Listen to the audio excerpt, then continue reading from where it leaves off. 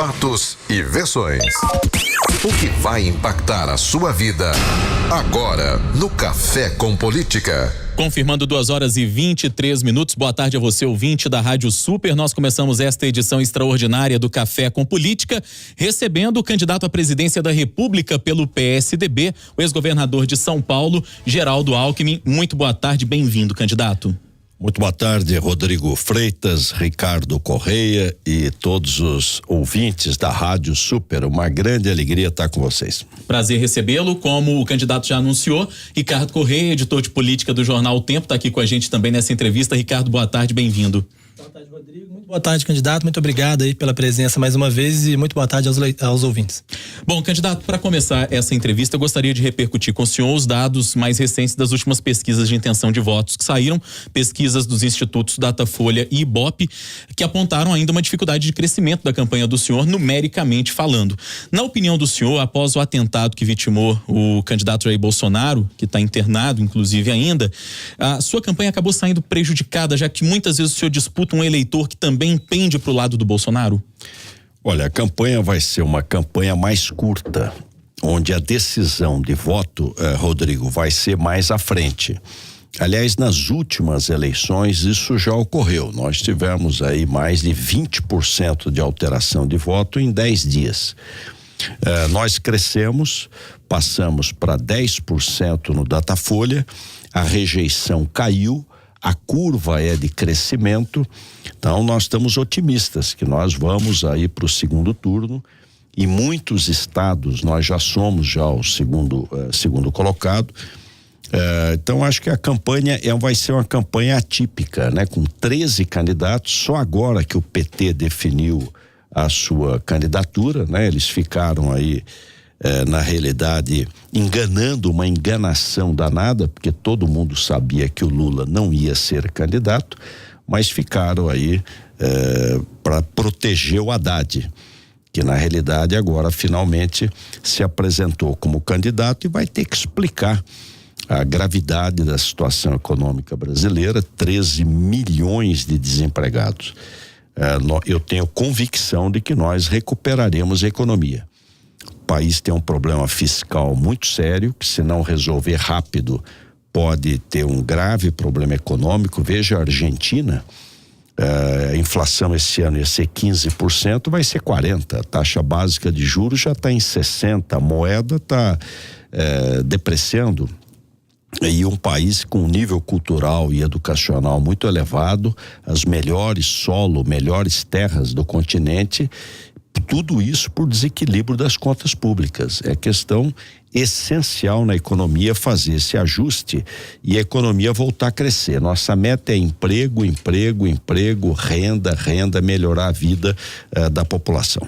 Agora, candidato, uma das coisas que o senhor tem sempre falado na campanha, destacado, principalmente nos embates que acontecem nos debates e tudo, sobre a questão do teto de gastos. Muitas vezes o senhor é confrontado com essa defesa do teto de gastos.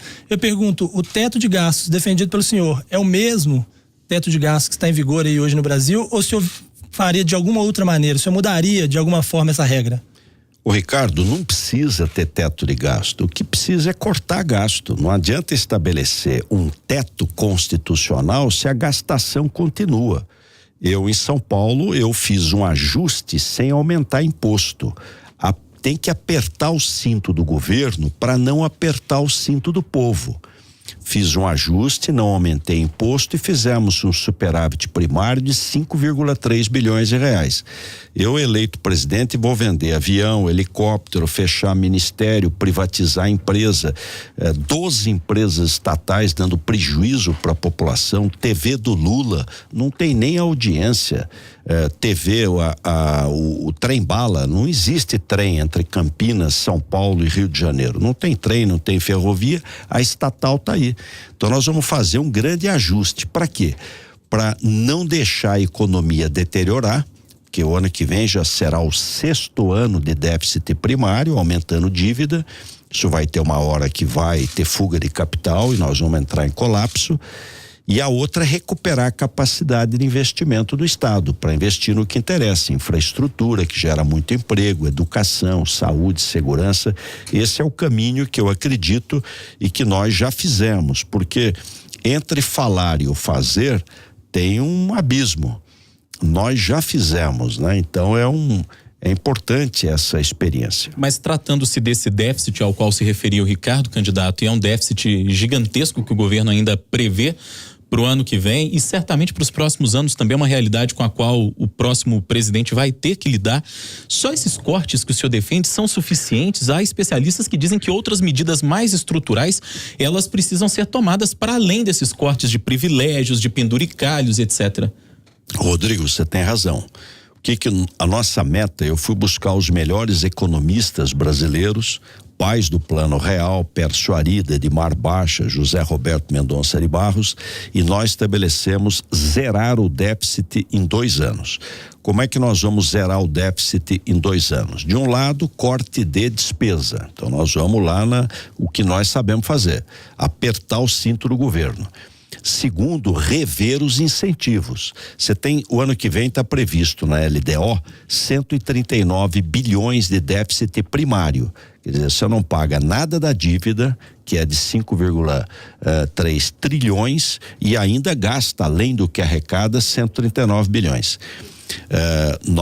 E você tem de incentivo 280 bilhões, é o dobro. Então você tem 2% do PIB de déficit e 4% do PIB de incentivo. Nós vamos passar um pente fino nisso para ver o que justifica, o que não justifica. A outra são reformas estruturantes. Reforma política, tem que mudar a política, não pode ter 35 partidos no Brasil. Nós vamos fazer um grande enxugamento, ministérios, Quantos senadores, partidos? Deputados. As democracias modernas, você com 2, 3 partidos, você tem 70% dos votos do parlamento. Não tem importância ter 50 partidos. O que não pode é ter no parlamento 25, é ingovernável. Então, a maioria dos países do mundo, você com 2, 3 partidos, você tem 70% dos votos no parlamento. Reforma tributária, estou acabando de sair de uma grande indústria em Betim, do setor automotivo, e falei lá, nós vamos reduzir o imposto para poder gerar mais emprego. O que os trabalhadores da fábrica me disseram? Aqui está funcionando em 1 turno. Nós gostaríamos que funcionasse em 3 turnos. A ociosidade é de 70% quase. Você tem fábrica, tem equipamento, tá tudo, e tem ociosidade. Então, reforma tributária, né? Simplificação tributária, 5 impostos, Ricardo, virarem um só, que é o IVA, Imposto de Valor Agregado. Previdenciária, não é possível o trabalhador da rádio, do jornal, da agricultura, do comércio, da indústria, a aposentadoria dele é no máximo R$5.600 e em média é R$1.400 de aposentadoria, em média. E no setor público você chega a R$40 mil. A outra reforma de Estado, né? Fazer um enxugamento do Estado, apertar o cinto do Estado. Então eu diria, corte de despesa, mudanças estruturantes importantes que precisam ser feitas no comecinho do ano.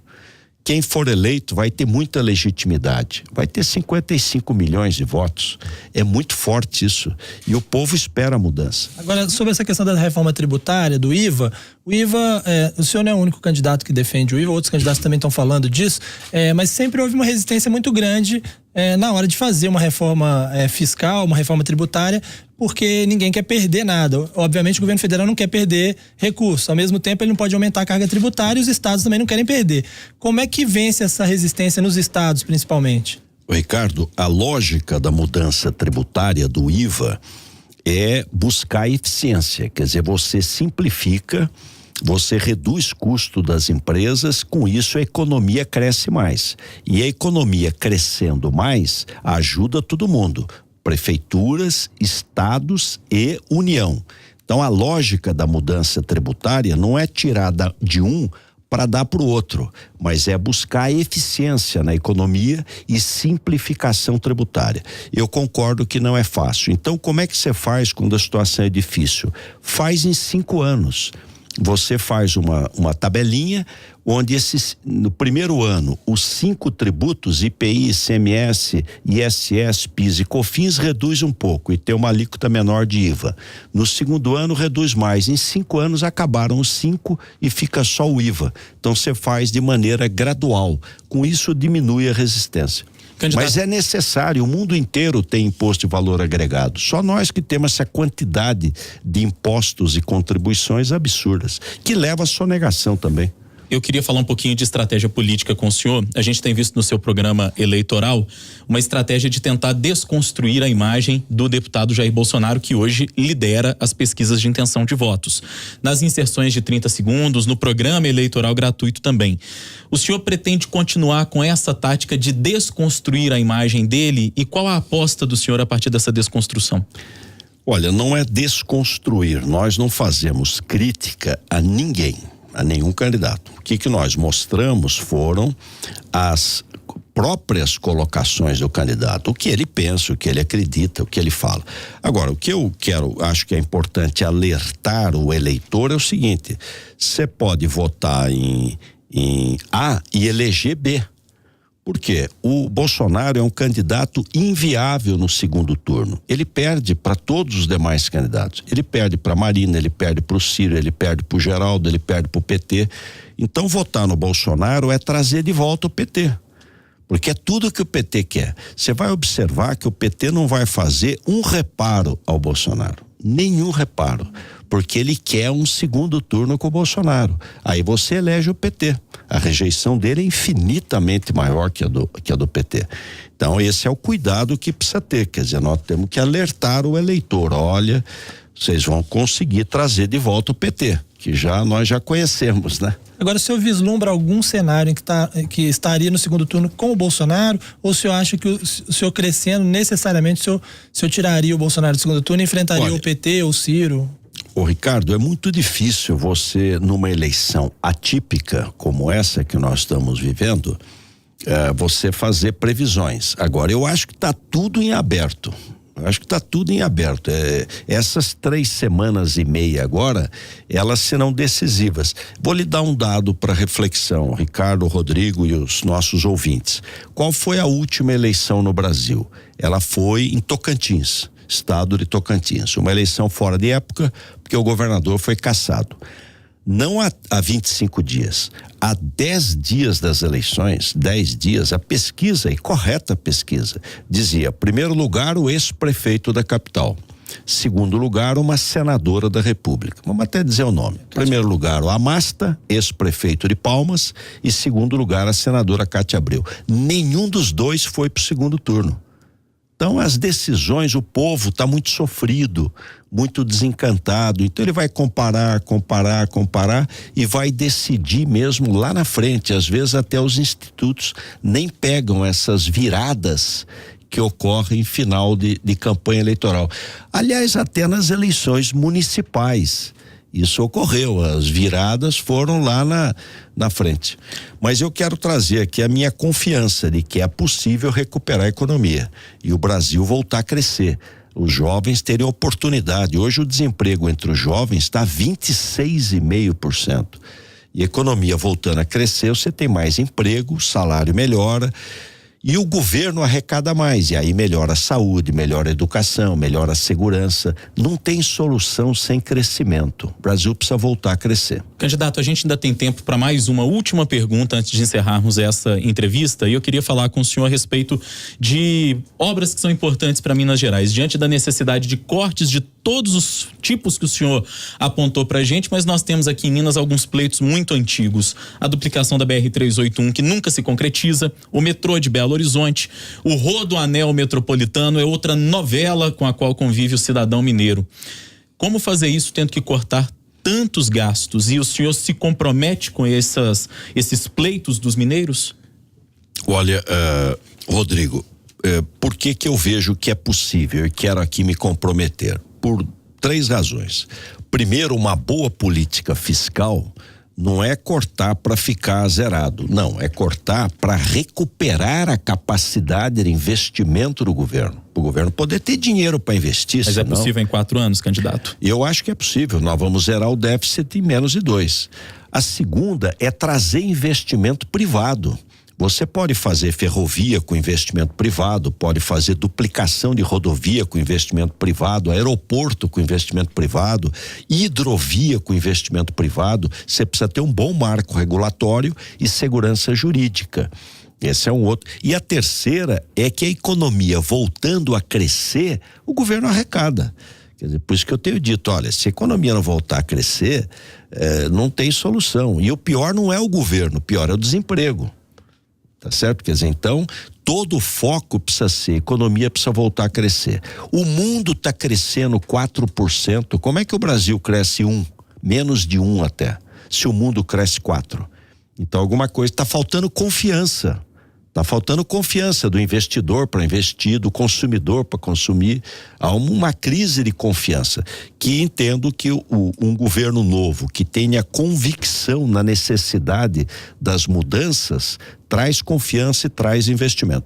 Muito bem, nós conversamos hoje nesta edição extraordinária do Café com Política com o candidato do PSDB à presidência da República, o ex-governador de São Paulo, Geraldo Alckmin. Gostaria de agradecer a sua visita, o senhor que gentilmente veio até os nossos estúdios. Muito obrigado, candidato. Eu que agradeço o Rodrigo Freitas, o Ricardo Correia e todos os ouvintes da Rádio Super. Muito obrigado. Obrigado ao senhor Ricardo Correia, editor de política do Jornal O Tempo. Obrigado pela participação mais uma vez, Ricardo. Eu que agradeço mais uma vez. Agradecendo também a você, ouvinte, internauta, que com a gente ficou aqui acompanhando esta edição extraordinária do Café com Política. Lembrando que os principais momentos desta entrevista estarão amanhã no Super N Primeiras Notícias, a partir das 6 horas da manhã, e também nas páginas do caderno de política do Jornal O Tempo. A Rádio Super reforça o compromisso dela de ajudar você, eleitor, a decidir o seu voto. Hoje cedo recebemos Marina Silva, candidata da Rede, e agora há pouco conversamos com Geraldo Alckmin, candidato do PSDB à presidência da República. Rádio Super, notícia e música o tempo todo.